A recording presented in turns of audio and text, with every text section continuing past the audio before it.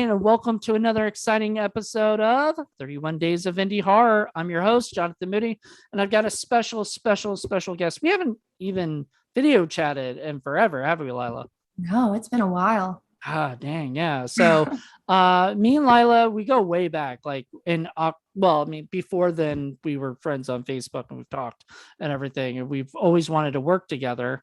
But when I was thinking of coming out to LA, I was looking for somebody to kind of show me around or hang out with. And I asked Lila, and Lila was like very interested in just getting together, meeting up. And we went to we were just reminiscing about going to Dark Delicacies and all these different places. Please welcome Leila Toba. How are you doing, Lila?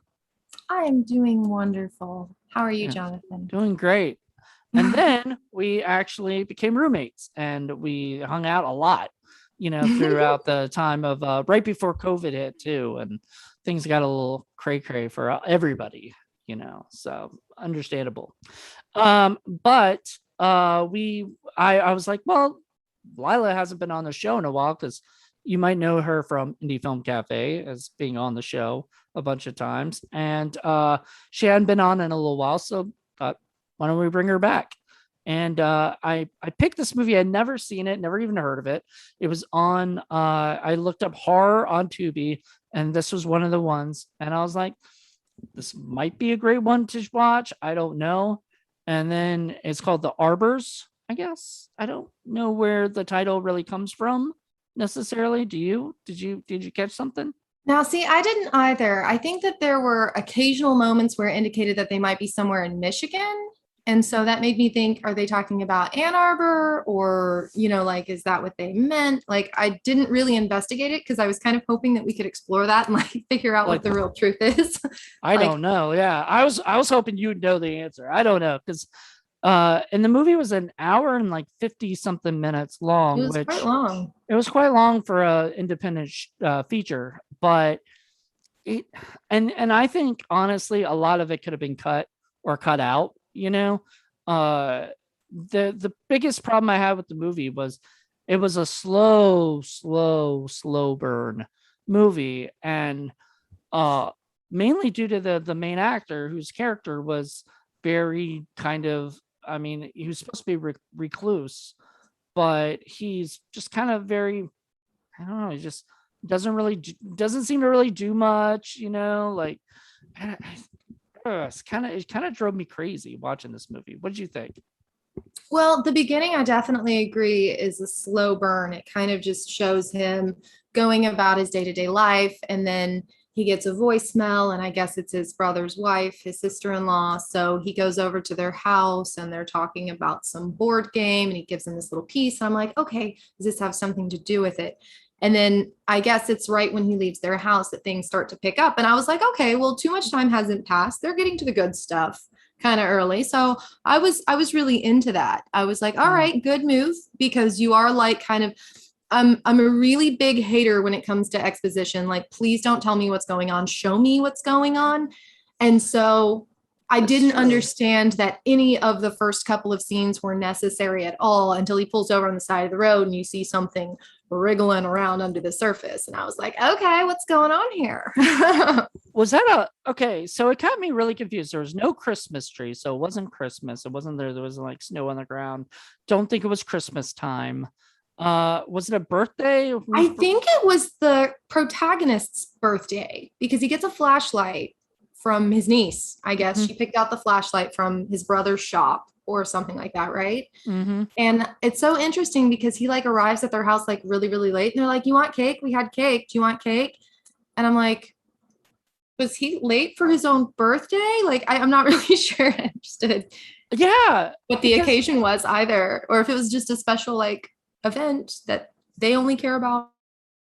it got really weird because like it got strange because okay, so it started off with that voicemail, right? So that Mhm. voicemail like kicked everything like to begin with. And like you kind of get the feeling like he doesn't really want to go, but he sort of feels like he has to because he gets the voicemail and she says there's going to be some friends that are coming by or whatever. They're going to, all these people, and people from his work and her friend and the husband of her friend or something, and I was just like, Right.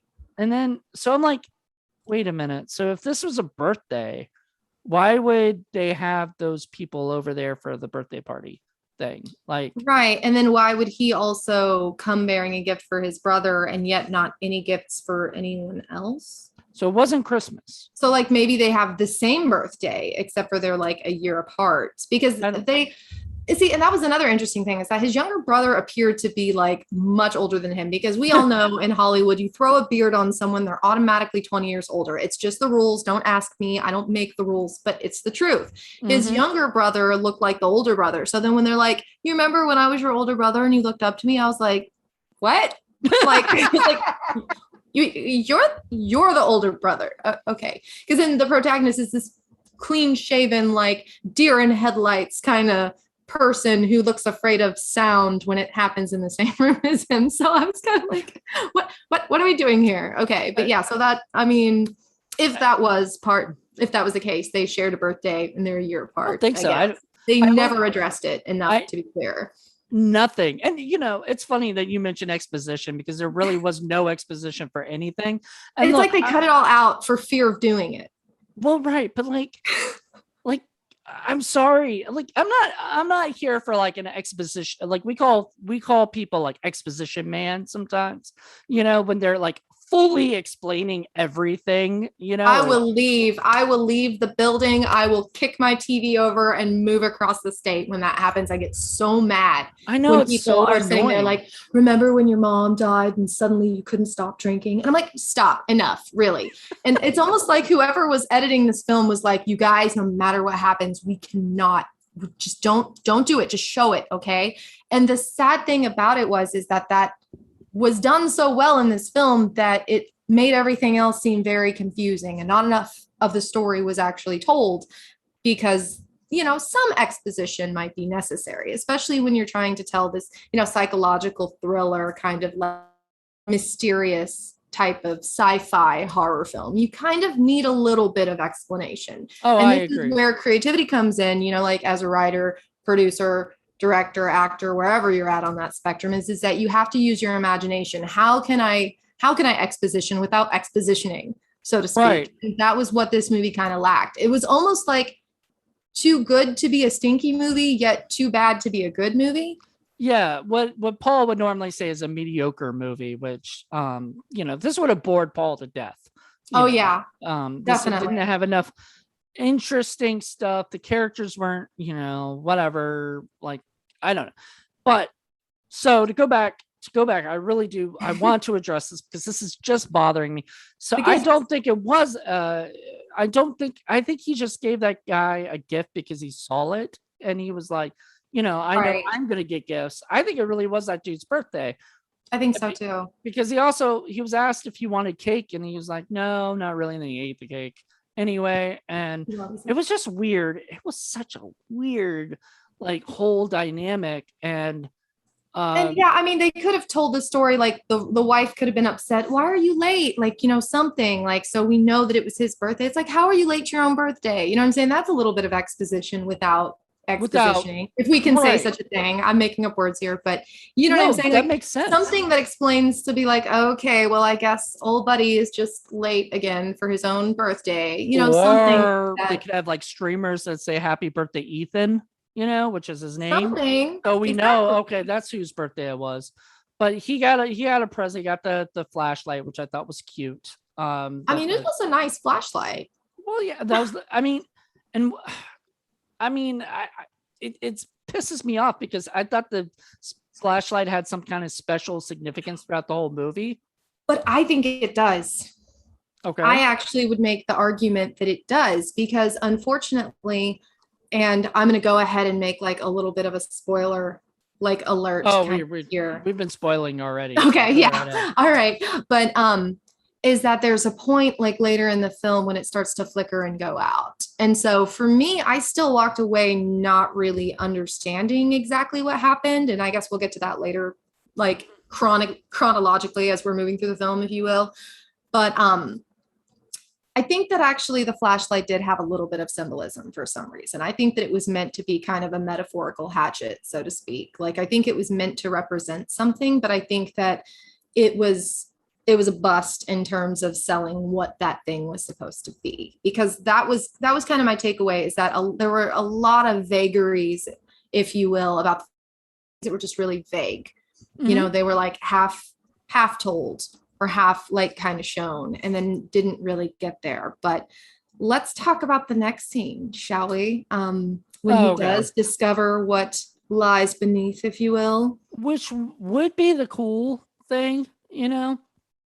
Like that would be the like that see because you get to see sort of that there's I guess something dead in the road, and I never really understood. I guess there was something whatever in there, and then we find out there's something inside the dead thing that's really the crux of everything, and it's I guess it's a spider creature thing. Okay, so I have to ask you a question first because I don't remember clearly enough. And I just think it's one of those things where they didn't show it. Did he actually hit the deer or did he just notice it? Because I He think he just noticed noticed it. it. He noticed Okay, it. right.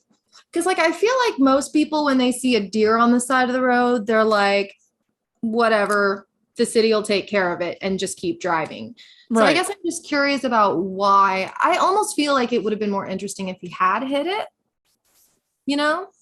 Well, no, because the deer was dead for like what however long because it had that thing inside it, right? But see, then that begs the question, where did it come from? How did it get there? Because going back to what None you of said, that it's none kind of of that this, is explained, and because is it parasitic? It's some type of large arachnid, maybe. I'm going to go into this whole thing telling you something that I think, and once again, we're already doing spoilers, so it's okay. I don't think there was a thing at all. I think it was him the whole time. That's okay. Yeah. I was hoping that we would get to that point because that was sort of where, like, because at the end of the movie, I was like,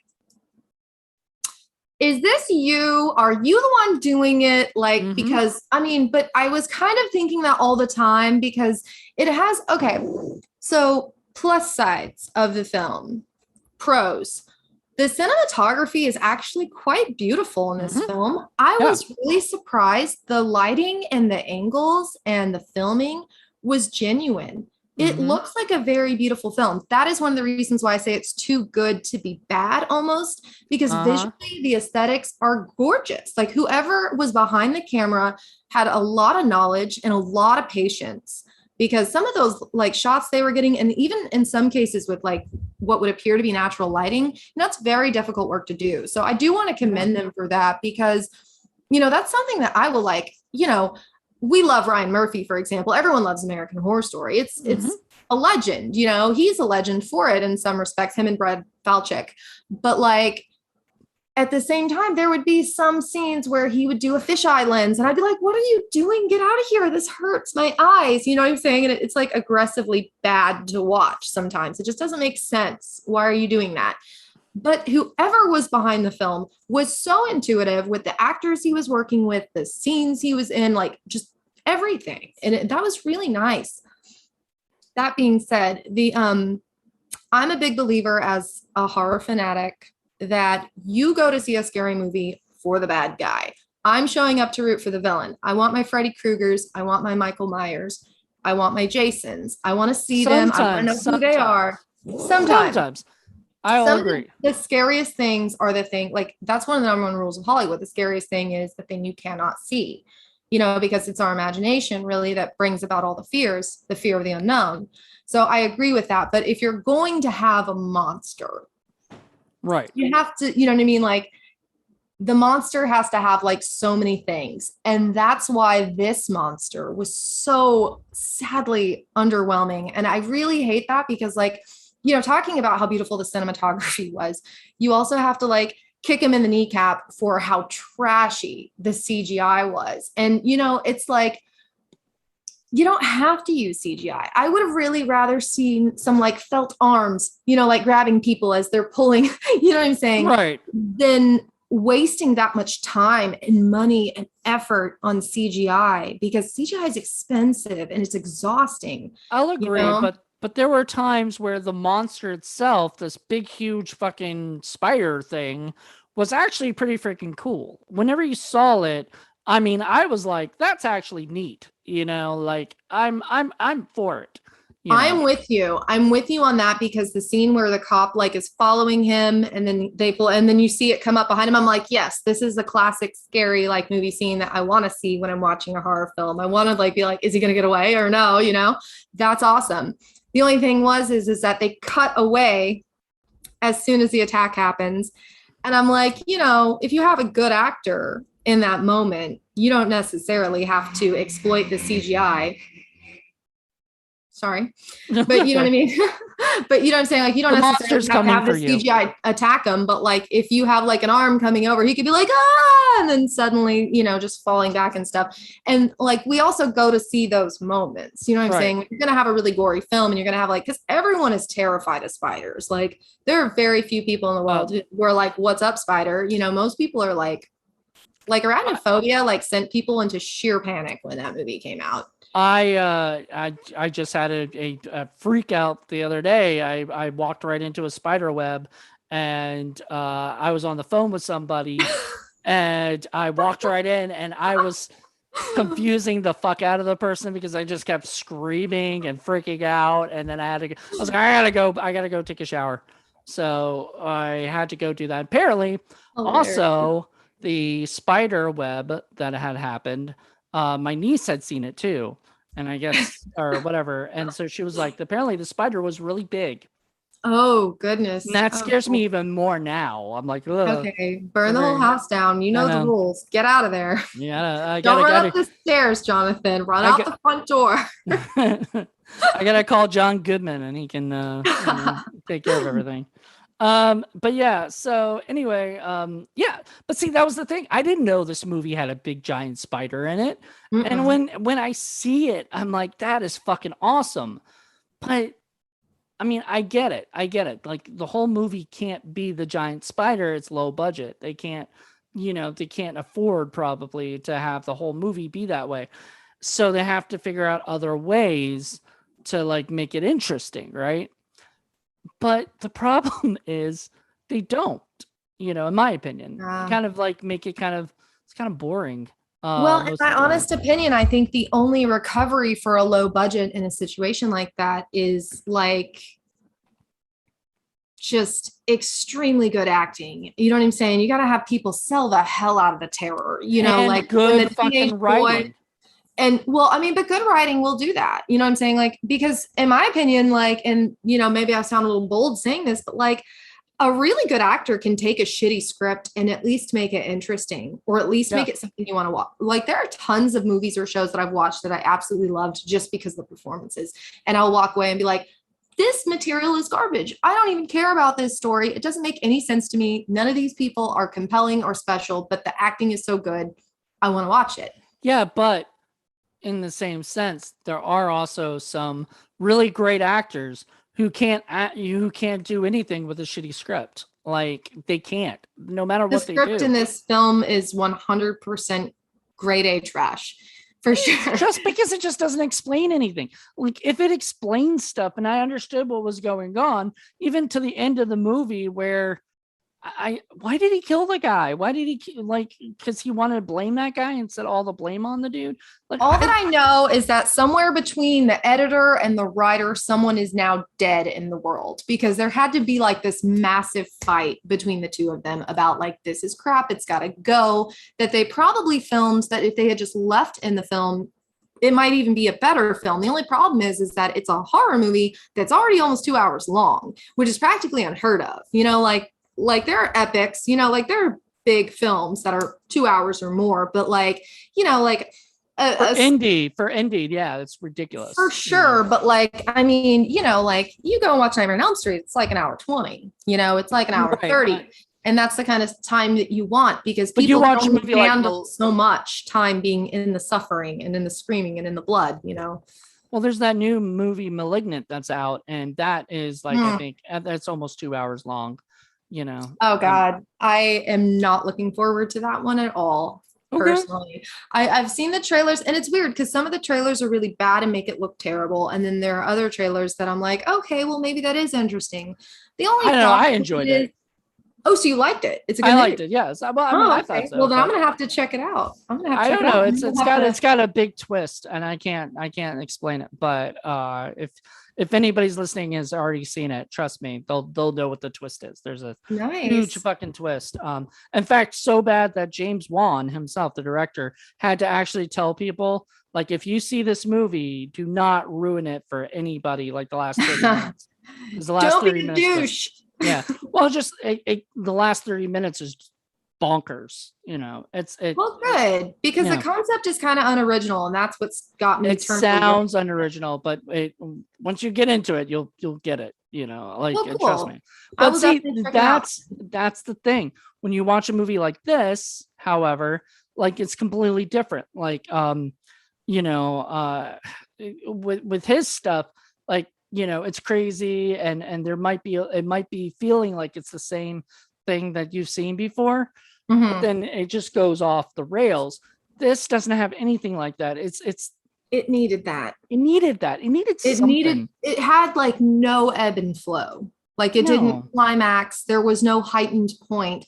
And, I kind of thought that that was going to happen around the time that, like, they show up at his friend's house to kill him. And I'm like, but he just straight shoots him. And I'm like, well, there are a lot of problems with this because somewhere you have to have me concerned for the protagonist. You have to have me like him. So Mhm. he's shy, so he doesn't have a lot of friends, something like that. But like, what makes me have empathy for him? Why this person on this day? The question that I always ask anytime I'm watching a movie, if I'm asking myself that question, Yeah, it hopefully means you're I not hate it. asking yourself. Hopefully That's what you've I'm saying. already. If I have to ask myself that, I already hate it. Good night. You know what I mean? That's it. But, Yeah. but I mean, there were like a lot of moments for things to escalate. But really, I think what took this movie down ultimately is the acting. Yeah. Because everything about, I mean, save for the CGI, the cinematography, like I said, once again, and I can never say enough on that, honestly, it's gorgeous. And if you had actors selling the hell out of this fear, selling the hell out of this rage, selling the hell out of this psychosis, or whatever it is that the monster really is, I, you know what I'm saying? yeah. Like when he goes with his older brother with like this mob of people who are like, we're going to find out who's messing with our town and we're going to kill everyone. Everyone was like, well, I have kids and you have kids. And I'm like, no, you guys should be like screaming mad, like foaming at the mouth, like torches lit, like, And we're going to Hobby Lobby for the torches tonight. You know what I'm saying? Like you all should have been like, there was no passion about it. And it's like, then maybe you guys don't really care. And then even at the part where his daughter disappears, they're like, yeah. okay, we're moving anyways. And it's like, was there a climax? Like the little girl is missing. Yeah. There was no climax on that. And on top of that, like, I think, honestly, I think it's been time has, like, drifted by or something, but we don't see it. We don't see it dissolve. We don't see, No. some a caption saying, a month later, 2 months later, something like that. So it almost feels like it's the next day after that dude is. Yeah, no, it is the next day. It is the next day because they are talking about how that It person must have died been. on the radio. Oh my God, that is just so annoying. They're like, okay, well, now the daughter's missing. And we just killed this guy that might have kidnapped my daughter, but we don't know where she is. Oh my God. So yes, you said it literally happened because the wife was like, I'm going to college, we're moving to Maryland. And then the next day, their child disappears. And then he goes in front of this angry mob of people and he's like, they didn't have it, they didn't know. And he's like crying. And it's like, okay, he's upset, sure, fine. But everyone was like, I mean, I don't know. I feel like there needed to be some kind of like acting direction in there. I mean, I thought the protagonist was a pretty decent actor for what he had to work with. I mean, But I didn't understand the relationships. And that's what I look for always when I'm like, okay, so how do you feel about your brother? Okay, your relationship is tenuous. Something is weird here. You know what I'm saying? And I can get that, and that's fine. And then there are moments of warmth and whatever, but like we have to know what's at stake. And I feel like we don't if we don't know how people feel about each other, especially when a small child just disappears into thin air. yeah. Which is funny because I think we've given this more thought than the writers did. for this movie. I mean, that may be, but like I said, I wouldn't even necessarily say that as much as I would say that I think that there was just like this bloodbath war between like the director and the writer. Like, I think that somebody was like, I have these things that are necessary, and the other person was like, too much time, cut it out. Because just seeing how long this film is, I feel like if they probably had everything that they wrote, it would be much longer. I think exactly. I think that's missing. Yeah, I think they just whittled things down, and they're like, "Oh man, we still have a long ass movie." But I mean, I mean, you've been on that set. I've been on that set. We're like, guys, how is this movie 2.5 hours long? We can't do this. Just shit's got to go. Goodbye. I've never been on that set. Sorry, I can safely say I've never gone. For you. It's usually like, oh shit, we don't have enough stuff to make 75 minutes or whatever. But with indie film though, we know this firsthand because that's mostly what we've done, is that there's always like one person who's doing like 10 things. Right. And you know what I'm saying? It's like, you might be the writer, the director, the producer, you might even be the camera guy. You might also be performing in it.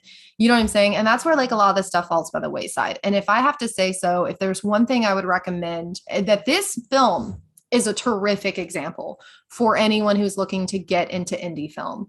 This film is a really good example of that, because you can see all the things that were done right and all the things that went wrong.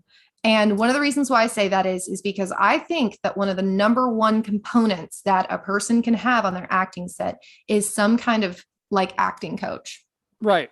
Somebody, because if you are working with people who are, limited as a performer, or they're just, early in their development. Yeah, they're like new. Yeah. You know what I'm saying? There's somebody who's always want to do, because like, I think that's what you do. I believe that you get out there, you experiment, you know what I'm saying? You might suck the first few times, and that's great.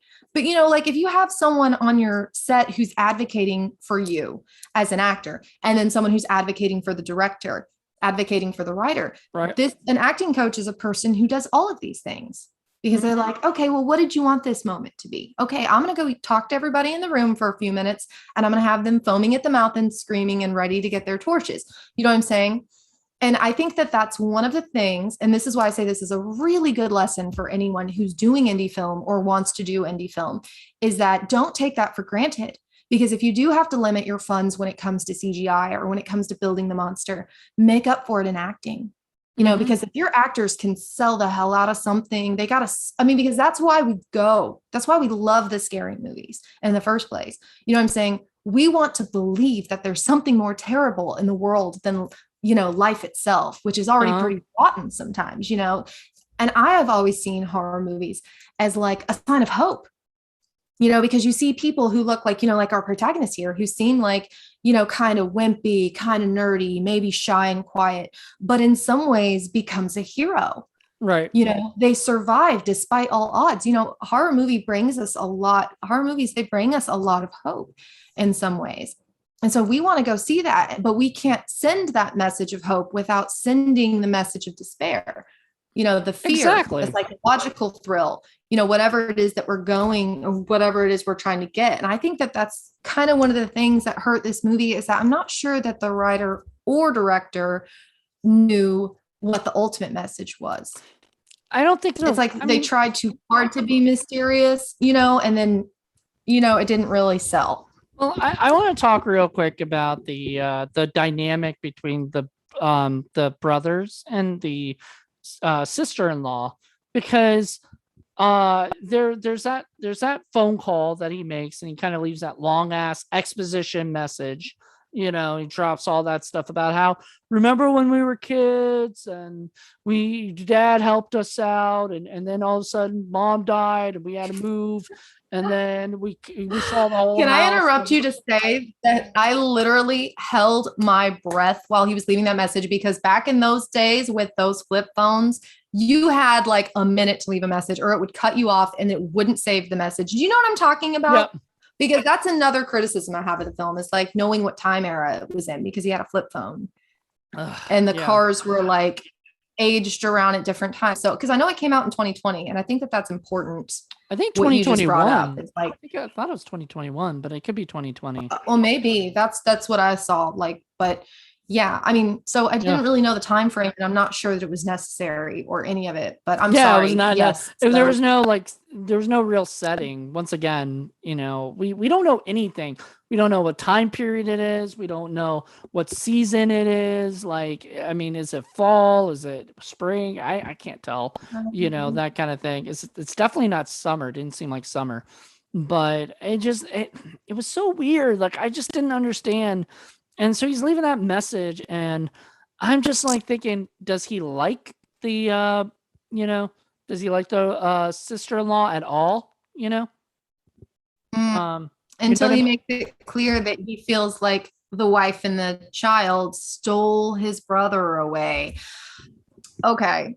Can we talk about it though? Like, I feel so like someone needs to. I feel like I need to. I mean, he definitely needed to with a therapist like long before, but the deed is done, like we're past that point. But I mean, I feel like at that point, it's like more than obvious that he is either behind the killings himself or he is directing the monster in some way, which could have been a really cool twist. You know what I'm saying? Like if the Well, monster bit him or something, and then it that's was what like I thought. connected to his feelings and his thoughts. You know what I'm saying? Like that would be like dope. And he's like, no, no, no, I didn't mean go kill them. I just was having a bad thought. I just missed my brother kind of situation. You know what I'm saying? Instead of like what happened, which was, I think that they were trying to like guide us this whole time, be like, it's the monster, it's the monster, it's the monster. But oh, look, it's actually really him. He's No, really the killer. You know what I'm saying? And we do a lot of that in film. And I know. And there's that one scene, the one scene where he had like, I guess the monster attacked a bunch of people, or whatever, and the white clothes, and everything. And then the people like pointed at him, and then like were scared, and he was like pointing at, and I was like thinking, okay, that was where I go, okay, maybe he's the one who's doing it, and it's really him killing everybody, and they're terrified of him, you know, like, or whatever. right. And poor Brody, man. Brody got the worst deal out of anyone. Can we discuss? Because Brody's over here picking up his on call through the night shifts as a locksmith, right? Right. And so Brody's like, he goes to visit Brody at his house, and poor Brody is like, will you hang out with me for God's sakes? Like, my girlfriend left me, my dog. This Brody is like a walking country song. His woman's gone, the dog is dead. Like, all he wants to do is get a beer with this guy. And he's like, no, no, no, I got to go hang with my brother. Bye. And then the next time he sees him, he's like getting him to hide a body. And so, like, okay, that happens quite a lot in this film. Even as like the protagonist is like, I'm gonna hide all these bodies for this monster because we're friends. I don't know why. Like, because once again, it's not explained, because the very first person to die, at least that I was aware of, was the young teenage boy from next door who was like Yeah. just standing on his property and like, I don't know, I saw something, like, of course, once again, bad acting will kill us all. But then he like goes out in his yard and he's like, but his niece was over that night and he was babysitting his niece. And then he goes out in the yard and it's like, dead teenage boy casually in my yard. And he's just like, He he doesn't really sits react to down. it enough. He sits He's down like, next to the dead body for a while. And I'm like thinking, the fuck? Somebody could walk out thank or go you. around. Like, don't just sit next to a dead kid, Like, what the fuck Like, is going on with this movie? I mean, he was sitting there, so I thought he was going to buy the dead body a drink. I mean, what the hell was that about? Like, I don't know. I really don't know because, yeah, and it's so weird. And then he goes and does something like in his shed. I guess all the while, this body is just, and I mean, it's like, it's not like it's in its backyard behind like a privacy fence or something. It's like this wide open field where like all of his neighbors can see into his yard. Like people could see that body just like lying there, Mhm. right? I mean, so he goes into his shed, and I still don't know. I kind of got the impression that he buried the teenager beneath the floorboards of his shed. Is that what happened? Or did I I like don't. hallucinate that? I don't. I don't remember that, but because it happened so long ago, it feels like like the movie is so That was long. weeks ago. I know, and I didn't write that down or anything. I didn't take any notes. I should have, I because didn't either because I knew how you and I will pop about films, like pop yeah, off the hill. yeah, we'll just think off the top of our head. But that's the problem, is we don't remember this shit because, But like, I was yeah. like, why is he sitting with the body? Absolutely. That bothered me so much. Well, it's But I funny mean, it because wasn't even disturbing enough because the best acting that that kid did, unfortunately, was while he was dead. dead, yeah, Like just laying he there. actually, the dead body looked pretty spooky the way he was laying and everything. I was like, okay, young man, well done. But then after Yeah. that, it's like, so these other bodies just casually start happening. And this, yeah, we definitely have to talk about this because you and I make films, so we know what goes into it. And making films, it just is hard work. You know what I mean? It's like some of the toughest, most challenging work you can ever do. It challenges you physically, mentally, spiritually, everything. But so let's talk about it. He starts hiding a lot of bodies, right? So the Mhm. next one to die is the cop, who is apparently off duty because he's following him from his brother's house, right?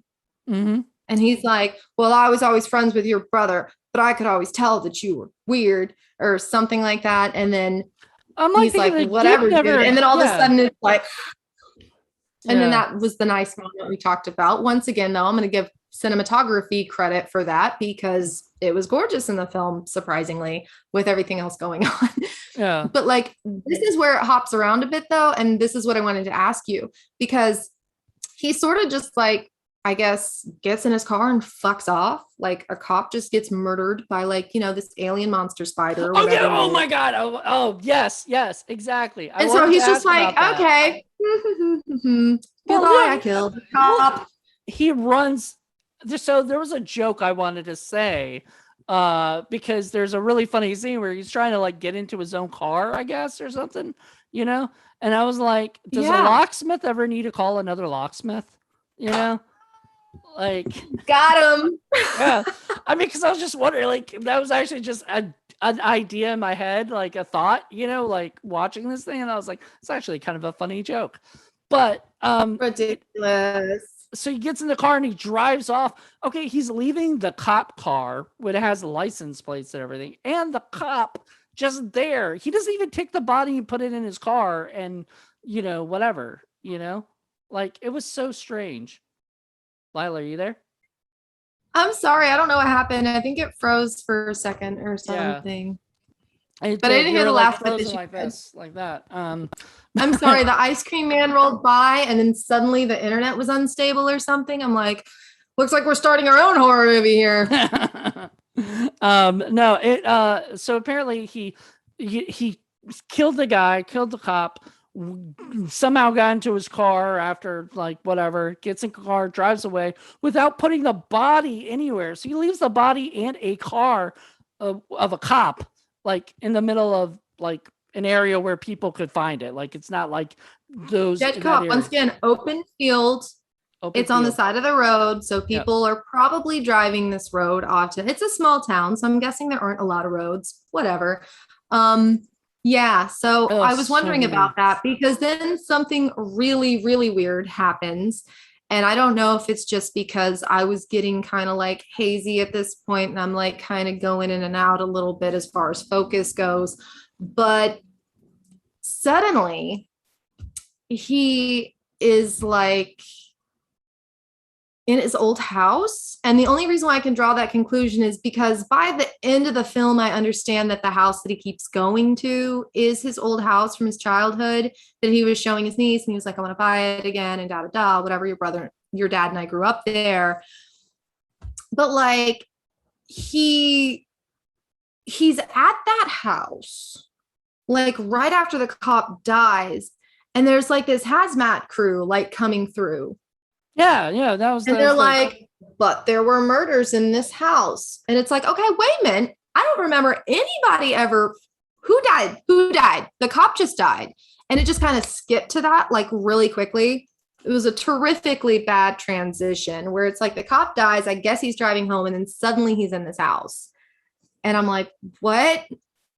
And then why are you all here? And then they all get like brutally murdered. Yeah, And then that the was the point where spider the doesn't hazmat get person like them at points. all. And so, and this despite the fact that we have to occasionally suspend our beliefs to really enjoy fantasy and flight and all that stuff, I'm not convinced that that dude can jump like 6 people in hazmat suits. Like, I mean, somebody might have like jumped on his back while he was attacking the first guy. You know what I'm saying? So if we are expected to believe that ultimately he is this psychologically distraught murderer, I don't buy that he could jump all those guys and kill them. You know what I'm saying? Mhm. And if he's not the murderer, then I need to know why the giant monster spider did not kill him in Well, that once moment. again, the thought were two things crossed my mind, which are the two things you brought up too, which is the one thing I brought up was the fact that he might be the murderer. But the other thought of my mind was the thing that you brought up, which I go, okay, maybe, which was that maybe he was also maybe the spider was connected to him in some way, like he was Telepathically or something. somehow was connected to him. But like, if that's the case, then why did a spider like look at him and him look at the spider terrified? Like he's been trying, I don't know what he's been trying to do. Like what has been like going on? I don't know. Like it's so confusing. Such a confusing Yeah, it's movie. just, and mostly it was just the transition that made it really dumb too, for Yeah. shame, because, we gave you points for cinematography. So bad on you on the editing Right. for that, because it's such a quick hop from that moment where it's like, dead cop, okay, casual day, must be Tuesday, drives off. Suddenly he's in his old house. Now, so there are a lot of things, like I almost feel like what is so fun and great about this film is that you could sit here and have a really wonderful conversation about how to improve it, which sounds like an insult, but truthfully, if I had an opportunity to talk to the people who made this movie, I would be like, this is a cool concept. You actually have a lot of really cool things going on here. Mhm. I don't think you should just leave it this way. I think that you should go back to it and try to like reinvent it, like go back with fresh eyes now that you've seen the final project, and just, what I'm saying? Like, Mhm.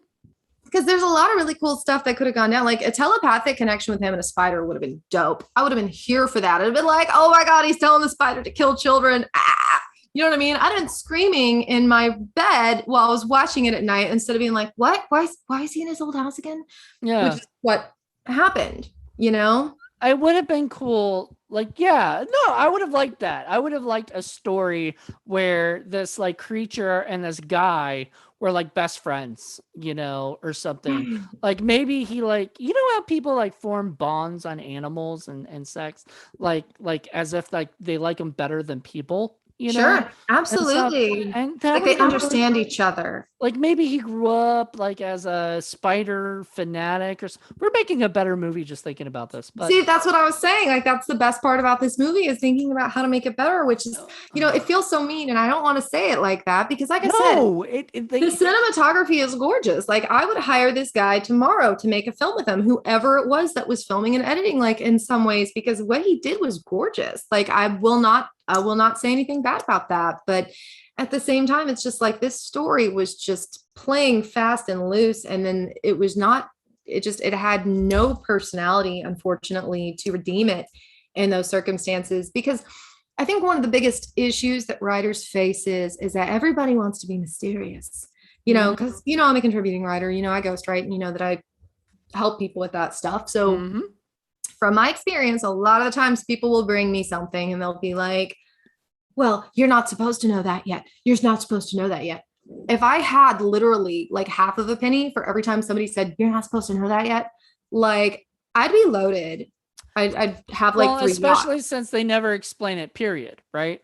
But see, Like, that's the thing is that like you have to have something interesting going on at all. Something right. interesting must be going on before you unfold your deep mystery that is going to be the twist of your film or your play or your Was there a whatever. twist in this film? Like, See, they failed to deliver on the twist. I mean, somebody should have called M. Night Shyamalan or something because, like, they did not. I think it was indicated pretty early on that he was the murderer. You know, I mean, was it? I don't know because it was so confusing. Um, so Yeah, no, so many people, I've read these reviews, right? And I didn't read the whole reviews because it was before I was actually going to watch the movie, but I just wanted to Mhm. see what the like general consensus was. Like, was it a 1 star? Was it a 5 star? Was it a 10 star? Or whatever on like these things. Um, Generally speaking, it's about 1 to 3 stars kind of thing. Where because people are confused and people don't like it. And Mhm. and then somebody was like, it has the most what the fuck ending I've ever seen in a movie. And I'm like thinking, oh, okay. I'm excited to see that. And then I don't the buy what the that no, though. no, no, no. It has a what the fuck ending. What the fuck just happened ending. Like we don't know anything of what the hell is going on in this movie at all. All we're seeing, honestly, is just this dude like I don't know, it's just so like this dude's life, kind of boring life, where he's going around and he's got problems. Like, does he even like his niece? No, he doesn't seem to, because He he doesn't. he And it's blames her for the fact that he and his brother don't see each other that much anymore. which you know how I'm going to respond to that. I'm like, why is this dumb white guy mad at a child? You know what I'm saying? Like, that's my response. Like I said, if they were like, if he was telepathically connected to the spider, then they could have justified it because, he could have been like, oh, I'm annoyed with her today or something. And then the spider's like, okay, murder time, and then we'd be like, and he'd be like, wait a minute, spider, What? don't murder, Yeah, don't kid. Well, did you? Okay, you have to answer me this. Did you see him do anything with the child? I only saw him being incredibly dull. And that's the thing. No, It's no. like I'm saying is did like because the girl got kidnapped, the niece got kidnapped. right, she disappeared. Well, did we see that? I don't remember that. No. Like, okay, so he leaves that winded ass voicemail on his brother's phone, the one that we know on that flip phone. No, but it would have cut off. You didn't leave a Right. message that long. Quit lying. But, you know, but after that, like, he goes over to their house or something. And then they're like, oh, the kid is missing. Okay, because first of all, when a child goes missing, one of the most horrific noises in the world a person can make, one of the most terrifically horrible sounds to hear in the world, is a parent that has lost their child. Mm-hmm. And once again, when I'm talking about stakes in relationship, I have to ask, like, did her own parents even like her? Because there was no climax with that. You know what I mean? There was no actual full response to my fucking child is gone and possibly dead. He's there when No, we're he's just get going to leave for Maryland. no, Bye. no, but before then, there is that mob, and he was telling them, "I can't believe I left my daughter. I'm such a terrible parent. I should have been there for her, or whatever." But then again, he's also like, I wish I could say I had done something terrible and I deserved this, but actually I'm a really good person and I didn't. Like, what the hell was that? That's no, that is shit writing right there. Whoever did that, to jail right now. I'm calling the police. Because That nobody was the says shit that one. shit. Nobody says Nobody that shit, says that shit. Because, especially like, when they're I wish my grieving. daughter disappeared because I'm a horrible fucking person. No, thank you.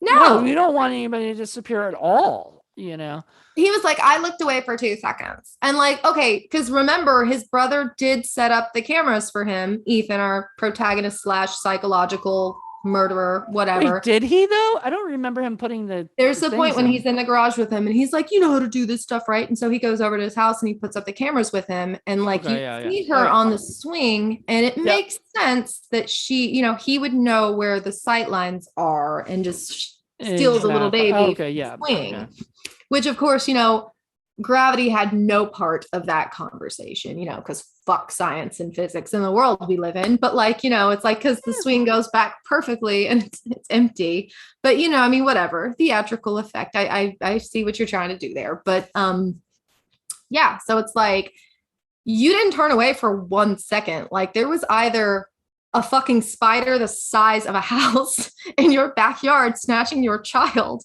or your brother snatching your child. Yeah. You didn't Which turn away for 2 seconds.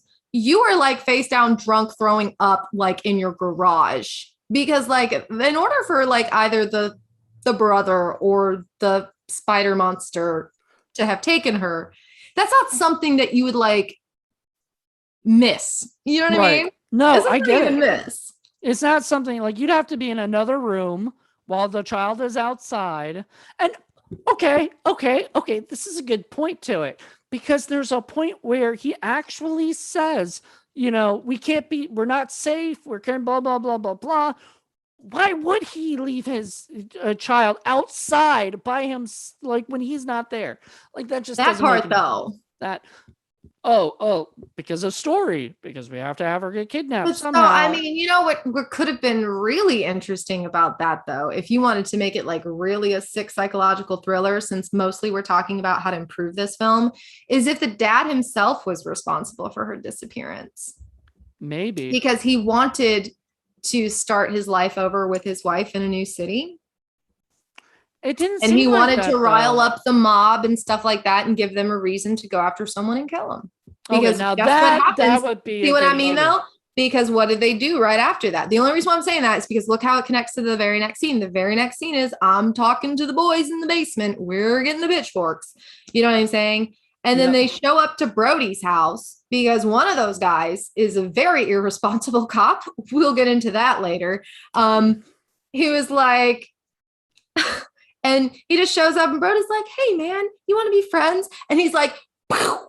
Doesn't even wait half a second. He's like, nah, Brody, scapegoat. Yeah. And then the cop like goes into work and is like, I'm a hero, everybody. I killed the suspect. It's cool. I know. Like, the one that we let free because we didn't have any evidence and we haven't had a court date yet. Yeah, I shot him. And on top of that, it was not him who shot him. It was no, it sure as hell wasn't. It was Ethan. And so he like you hear like something go, oh my God, Ethan, like whatever. And then all of a sudden it's like, oh, the cops caught the, guy or whatever, now. And it's like, no. We already arrested him. We have to let him go until the court date. You can't just go casually shoot suspects. It's called due process. You know what I mean? Like you can't shoot them. So even the fact that they had arrested him previously makes it really dumb to say that the cop shot him because then it looks exactly like Dirty Harry shit. And in the end, it doesn't save the girl's life. Yeah. Well, duh. So that, okay, they should have arrested Ethan after shooting the guy because of one thing, he just fucked up the whole case because like if they arrested the dude for it because they had enough evidence, which they didn't, they didn't have any evidence. They didn't have fuck all. All they knew was this guy was new in town. Whatever, he's not one of us. He's not one of us. He's the only one that hasn't been around here for so long. You know how glad that guy would have been if you would have invited him to your meetings in the basement? He was so alone. I know. Raw still out of everybody. He was the one who had I had tears in my eyes on him. Like that was sad. I mean, for real. Poor Brody. But also, I mean, like that little angel that was his niece. Probably the best actor in the whole film. She was sweet. I liked her a lot. I mean, I bought her as a child. I bought her. Well, I not just that, but like I bought her as that dude's like niece, or whatever. Mm-hmm. Like not her as him as the uncle. I felt like he gave me some creepy vibes, dude. Like I was like, dude, are you gonna do something to that kid? Majorly creepy. Like, oh my goodness, I really hope not. Yeah, it was terrible. And so, but because Ethan killed Brody, they wouldn't have been able to figure out where all the bodies were. That's why they needed him alive, so that if he were the person who did it, he could tell them where everybody is buried or where they are. But no, instead, Ethan shoots the guy, which should have been the thing of going, wait a minute, why would you shoot him if he could really help us figure this out? Oh, maybe you're the person who's actually, because that's what the murderer would do, right? The kidnapper would shoot the one guy. So then everybody thinks, oh, he's done. Because investigations don't end that quickly. They don't. It's not like you got the guy, he's done, he got killed. There's no proof. See, you might have even cut time off the damn film if you didn't have him hiding bodies with Ethan. You know what I'm saying? Like, cut all that shit out and then just pretend like you're going to hang out with him because he's the loneliest guy on earth, and then plant evidence at his house and then have someone kill him. Well, that just makes more sense. No, it does. But guess what? We can't see that because that's what you're not supposed to know yet. Exactly. But see, that's the thing. It's like we're so mysterious that we're not even telling a fucking story anymore. And like, come on, like I've got my quilts and I'm all like huddled up. Like, let's tell the story. I want to know the story. Like, what's going on here? And then all the time they're just like, look over here. Oh, look over here. And I'm like, wait a minute. But when did the fireworks happen? You know, it's like being I honestly, after watching this movie, I didn't think we would have anything to talk about because I was like, I really hope Lila. I know. I was so worried about that. Yeah, I was like, I hope Lila understands what's going on.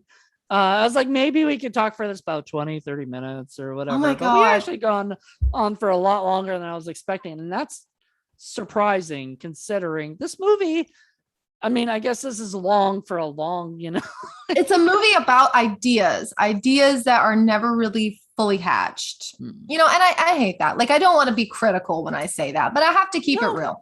I would give this movie, have to be critical. I will only give this movie 1 star because the cinematography is gorgeous and that's all you get it for. Honestly, the movie is garbage and I'm going to keep, I have to, like I am who I am. I did not like it. It didn't have any fucking point. And I may even go back to rewatch it just to see if there's anything that I missed. No, I tried because at the end of the movie, I'm like, wait a minute. It goes from him in the last 10 minutes, he's at the house, he kills the guy, right? And then it goes to the dude packing up to leave. And I'm like, exactly. And his daughter just disappeared last night. I'm like, you're leaving town? Like, what if she comes back? Like, you didn't even find a body. I was looking at my I was looking at my phone for a second, right? Like looking down, and I look up and it's like, I was like, did I miss something? So I rewound it and I was like, nope. The exact same thing happened to me. Did I miss something? No, I didn't. I didn't miss a damn thing. It literally jumps from one to the other and with no explanation. And on top of that, the brother, like what's his name? Not Ethan, but Greg. What was it? Greg? No, I don't think it was Greg. That sounds too weird. God, we've been watching the movie, but we're not his name's barely ever talked about. Actually, it is sort of because it is Shane. So Shane's there. Shane on help. You. Yeah, Shane. That's funny. I like that. So Shane, poor Shane, who just lost his daughter, and we never see the wife again at the end. Because the wife probably died too, because I'm going to go ahead and just make up my own story so I can take back the hour and 50 minutes of my life and say that it was Shane. It was Shane. He killed his daughter. He killed his wife. And he's like, no, I'm still moving to Maryland. See you guys. Peace. It's totally not suspicious that I'm going to leave town right after my fucking child disappears. Am I right? It's okay. It's okay. Because they had the news thing on the radio saying it was all figured out. That guy's dead. It's all good, guys. No more murders here in this town where murders have never happened. Unless they make the. What would have been really cool though is if Connie was the murderer. I forgot about Connie. What was that subplot all about? Oh my God, a B plot no one asked for, along with a lot of the other shit that was written in this. And film. I'm but Connie was like, "Come on, we'll just hit the road, man. We'll get on my Harley and we're gonna explore life." And it's like, bitch, do you have a job? Like, who even are you that you just float in and out of people's lives like snow? Like, what is this? Who are you? What do you want? High school sweetheart, I guess. Speaking of jobs, Ethan losing his job and then just not giving a fuck. And he's like, always on call. Don't tell my brother. He was always on call. He was never it didn't even seem like he was ever really set to work except for one time where he had to go to work and that cop was bothering him. So he's like, and then he was like, I'm never going to work again. Never. Yeah. He's like, yeah, just don't tell my brother. I'm like, okay, that fire, when he was on the fire phone call, he's like, all right, man, the only reason why I gave you a job is because of your brother. Oh my God. I was like, you should have screamed at him. You know what I'm saying? He should have been like, what do you mean you can't go to blah, blah, blah, blah. You know what I'm saying? Otherwise, like, what are the stakes? He's over here like, okay, man, I understand. You think I'm a total loser. Fine. Bye. Right. So there was that. And then I'm like thinking, like, okay, so the reason he wasn't at his job or whatever, couldn't go to his job, was to hang out with his brother. That's right. And he could right? have like said that at any point. He's like, look, my brother's under some shit and he needs me to be there. Like, Exactly. Sort it out with yourself because you're his friend, right? Like, I know. But see, here's the funniest thing about that. Yeah, he didn't defend himself. But the funniest thing about that, the whole thing is like the dude's like asking him, like, give me a reason why you're not going to be able to show up. He's like, I don't know. Like, dude, you have a reason. Like, I almost wonder if that was written to be funny. You know what I'm saying? Like, because, well, first of all, I'm a big believer that everything has to have like comedy sprinkled into it, because you can't expose people. You can't sit somebody in a room in front of a box that emits light and constantly be like, tears, tears, tears, violence, violence, violence. You got to lighten it up somewhere.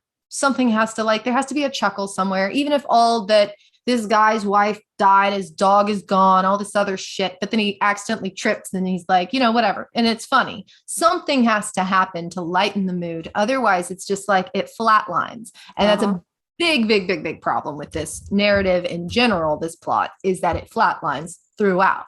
And it's because because you can even show that in relationships, you know what I'm saying? Like, and that's what I was going to say, is that I think that it would have been cool if Connie would have been the killer.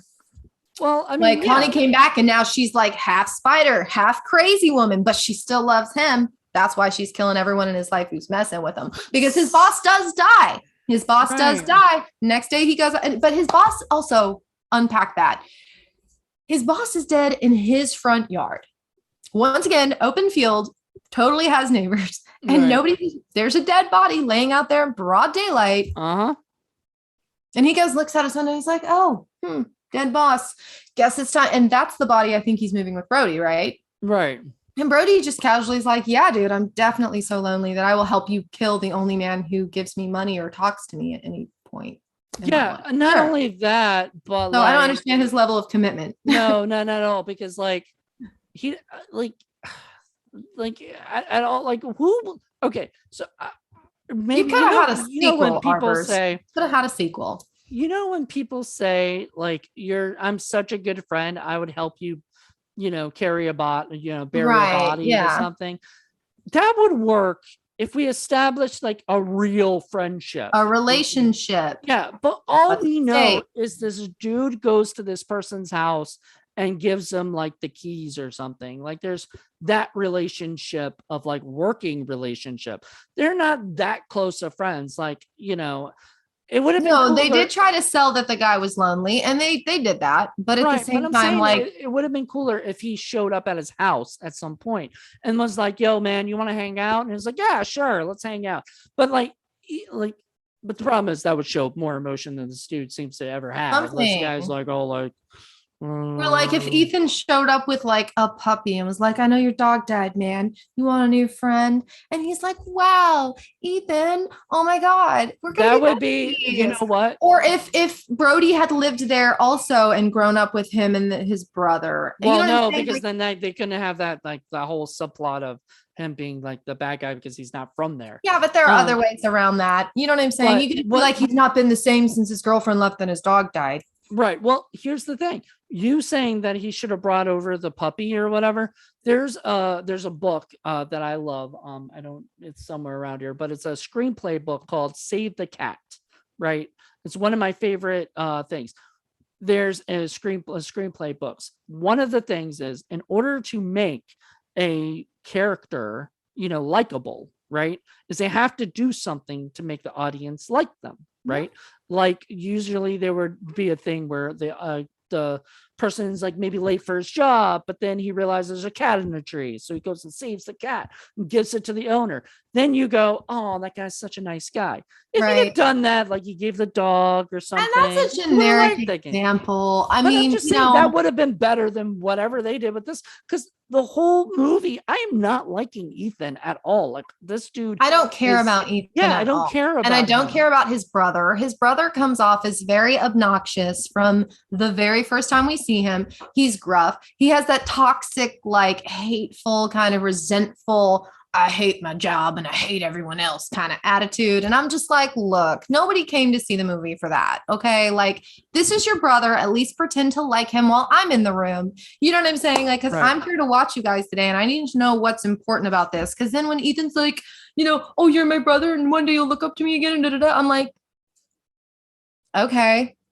It doesn't, you know what I'm saying? It's not like, because having a moment like that, especially between family, especially between estranged and alienated families, should be actually really deeply heartfelt. It should be the kind of thing that you're just like, oh my God, I need to call my sister. You know what I'm saying? Like, I think they thought they got that. I think the biggest problem actually, the moment he left the voicemail, the acting was pretty solid. I would say that, if it wasn't so goddamn unbelievable because of the rest of the film. Like, I thought the acting was solid. I thought that what he was saying, like, because when a person is distressed and they're outside of their normal, like, faculties, like, emotionally, they might, just go and ramble and just say shit. And so I could buy that, but like the rest of the movie, like, his brother doesn't give a shit about him at all. All he's ever trying to do is like get him drunk or to babysit his kid. So I'm like, and now his kid is gone. So now he doesn't have a need for you. What did you think you were going to achieve in taking the niece? Okay, so the funniest thing that I thought, because that goes back to that. So there's that scene where you first meet Shane and he comes downstairs, and that the little girl accidentally broke something, which I was wondering if that was going to come back or something. Like she was going to break something at Connie Ethan's broke house something too. Yeah. Well, anyway, so she goes, the daughter, what's her name? The daughter's name. God, I've got to look up all these names. I'm sorry, I have to IMDb that shit because I don't know. Too. Robin was her name. Robin breaks something. The Shane comes into the room.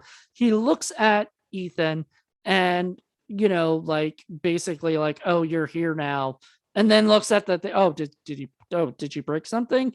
Like he's not paying attention to his brother who just fucking came home. Then on top of that, his brother gives him that little gift, that little I guess that little piece of a game, which I thought would have some sort of point and some sort of thing, because it was called like Into Space or something. I've never heard of it. Some sort of thing, and I was like, right. I wonder how much of the budget they spent on just making this board game that doesn't exist. That they could have put back into the spider. That was the first thought that I had when I saw that. I know. But what's interesting is now that I'm reading the description on IMDb, it says Ethan's life takes an unsettling turn after finding a strange small creature and forming a mysterious connection. So it almost sounds as though that is what they were trying to do. Right. Because when he said forms a small connection, I read that too. And I was like, and you know what I thought for my second? Like, I'm having secondhand embarrassment right now. I thought like E.T. for a second. Like I thought, oh man, they're going to be like friends. He's going to have to hide them. Like, oh no, the poor spider's killing everybody. But you know what? It's a spider. That's what it's going to do. It's a big spider. Like I can't help, I can't help. I mean, but I still would have needed to see the point where this connection took place. And, I thought that when they showed the baby chicken just kind of cheek, like outside of his house, like, I think that what they were trying to tell us is that no, there wasn't really a spider at all. You know what I'm saying? Because he put the little chicken outside the box because I think he wanted to see if the spider was going to get it or something. Yeah, that's what I thought. Right. Okay, cool. Because then at the very end of the film, it's like he sees the chicken just kind of going about its business. And it's like, well, maybe he doesn't like poultry. Okay. But like at the end of that, I was kind of like, okay, no, so I think that's what I think you're right. I think absolutely. And that's fine. I agree with that. That was okay. That works. Do that. That's fine. Because you hear the rustling and you're thinking, oh no, the spider's still around. And then it's the chicken going, doo, doo, doo, doo, doo. And then you're like, okay, was there ever a spider? And right. I don't know. So, I don't know. I don't feel like, and I think that a lot of people think it's really cool or something if everyone's like, oh, he's asking questions. Like, look, Inception kind of shit, like the end of Inception is like, is he a dream or is it reality? Oh my God, who knows? You know what I'm saying? I think that they're trying to challenge us to be left with like that message or whatever, like always wondering like, what's the real truth? Is he the killer? Is there a monster? Is there no killer? Whatever.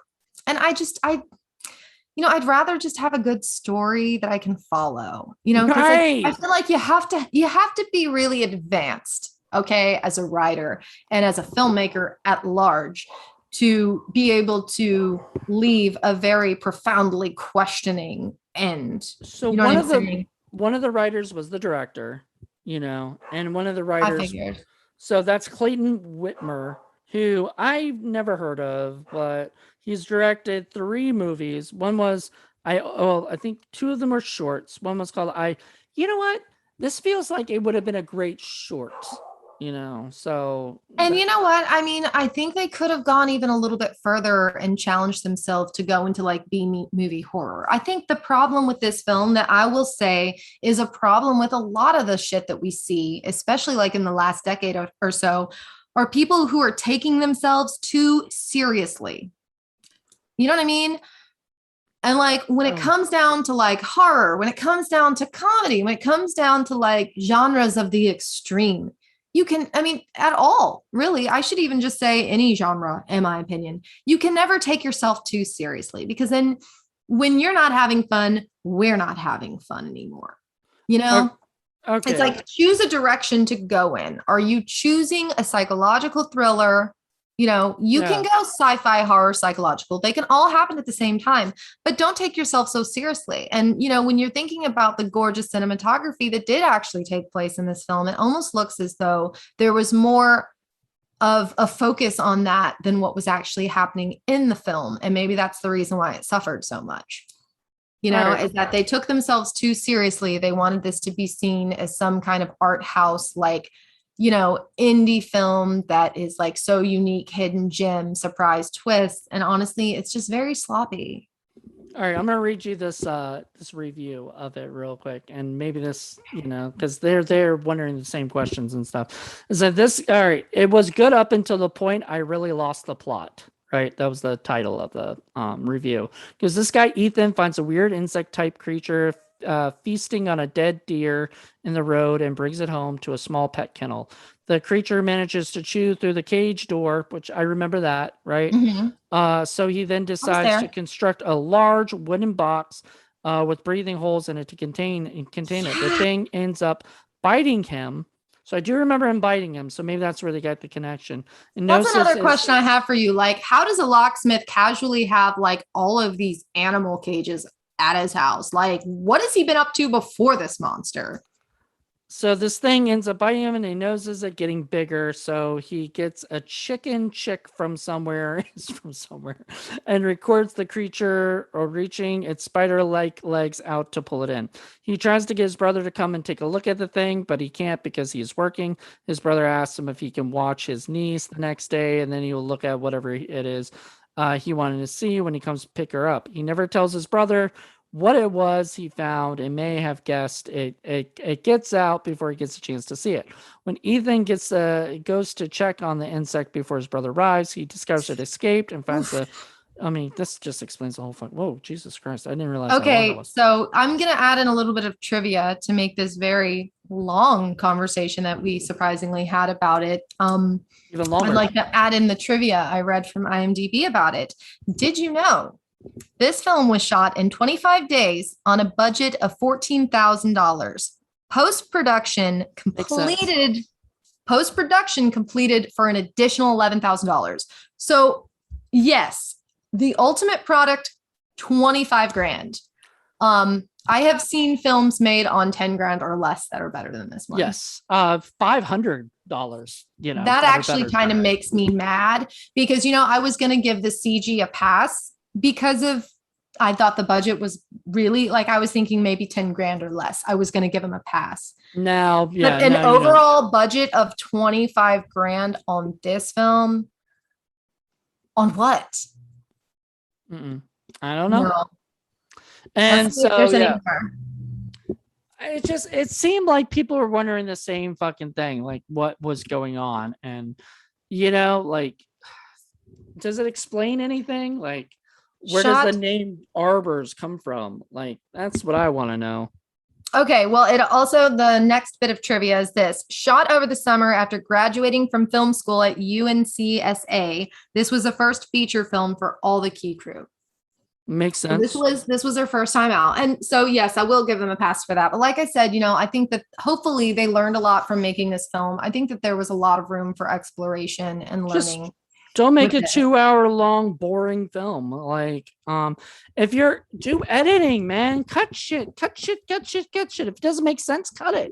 Cut You it. know? I am a big, like, I have a pair of scissors in every house and every wall of my soul and every room of my soul. There's a I pair. know, I've seen them. I will cut, I will cut everything out. I am I one of those get it. people. So when people come to me to edit or like adjudicate their work in some capacity, I am snip, snip. We're done. Get out of here. The thing about cool ideas is that you can always take those cool ideas that you're taking out of something and put it into another project later where it's going to work more. Maybe And that was the thing. Maybe it was 2 movies and they just made it into one movie. I don't know, because I don't know what the fuck happened. I think All that it right. was just like a couple of people just like spitballing and they're just like shoot, shoot, shoot, shoot, idea, whatever, this and that. And I'm just like, you guys, though. All right. I'm just gonna say we're gonna end on this because we did talk for a We long sure did. longer than I was expecting. I will say that I find this movie sort of just be a really boring movie. I cannot recommend it at all. Like, unless you really want to try to figure it out yourself or Hi, something. beautiful. I'm sorry. All right. It's okay. Sorry. It was I was on the IMDb and the little thing went off. The trailer looked out probably. Sorry. No, it's fine. So like, yeah, but like, if you're looking for something to kind of like try to figure out like a Rubik's cube, this is a movie version of a Rubik's cube. You're probably not going to figure it out, and if you do, it's just going to be a bunch of lights, like they're, things like it's not going to, the only thing is you're going to be happy that you kind of figured it out, I guess, but it's not going to, I don't think it'll bring you much joy, this movie. So that's what I'll say about it. Well, I'm going to give it half a thumb down as my rating because the other half of my thumb was too busy scrolling through my phone while watching it. Me too. I really tried to discipline myself to not be on my phone while I'm watching because like if I'm really enjoying something, I will throw my phone and not even see it for hours. Right. Hours. But with this one, I actually had to like find myself just being like, don't get on your phone. Don't be a dick. You want to, have an impartial opinion of this. I do still want to shout out the cinematography. So you can tell that it is coming from a very experienced person. If that was their feature film, like that person has an incredibly bright future. And I hope that they all continue to work together and explore these kinds of things and like really invest more in their actors and in their writers. Yeah. Invest a lot more into having people edit you, be editing, cut to critique. And it's so funny because last night I actually posted something on Facebook about this. I said, learn to delineate between criticism and critique. Because the more open you are to changing things about yourself, the more possibilities you give yourself. And so It sounds like these people really want to do this work. And, the fact that they finished a project like that in 25 days is commendable. But, it's like next time, don't cut yourself short. You are cutting yourself off at the knees by jumping on time, by hiring bad actors, or at least not having a director or an AD or someone who is working with the actors if you're hiring inexperienced people. I've done a lot of indie projects in my day. And I tell you what, there are a lot of hidden gems out there, people who have never been on a set a day in their life. And, I actually worked with a director once who gave me the opportunity to coach, a very young actor who was a lead in the film. And I would go to set every day to work with her in her scenes. And I would just sit down and I would talk with her and I'd be like, okay, so this is kind of what you want to do. And, in a way that works with a person who's not vocationally trained as an actor. And that shit, it just goes such a long way. Always have somebody advocating for you as the writer, as the director, as the producer, having an acting coach. Yeah. Like buy them a sandwich or something, but do what you have to get an acting coach on set. Look, if this so you can go to them and be like, go talk to the actors. Just they're terrible right now. Have that person there to advocate for you. Like I will say, I'm very happy that they got a movie made. In this day and age, sometimes finishing up a movie is really difficult in itself. More power to them. Exactly. So, cut your fucking movie to an hour and a half, if not lower. Like do a director's cut and make things actually make sense because I didn't understand what the fuck was going on. And I like, this is where like a commentary track might have been like needed to hear, but then again, nobody wants to hear a commentary track for a boring movie, Yeah. a lot of times, Hmm. So anyway, well, thank you, Lila, so much. Stick around and chat with me some more. But everybody else, thank you guys for watching.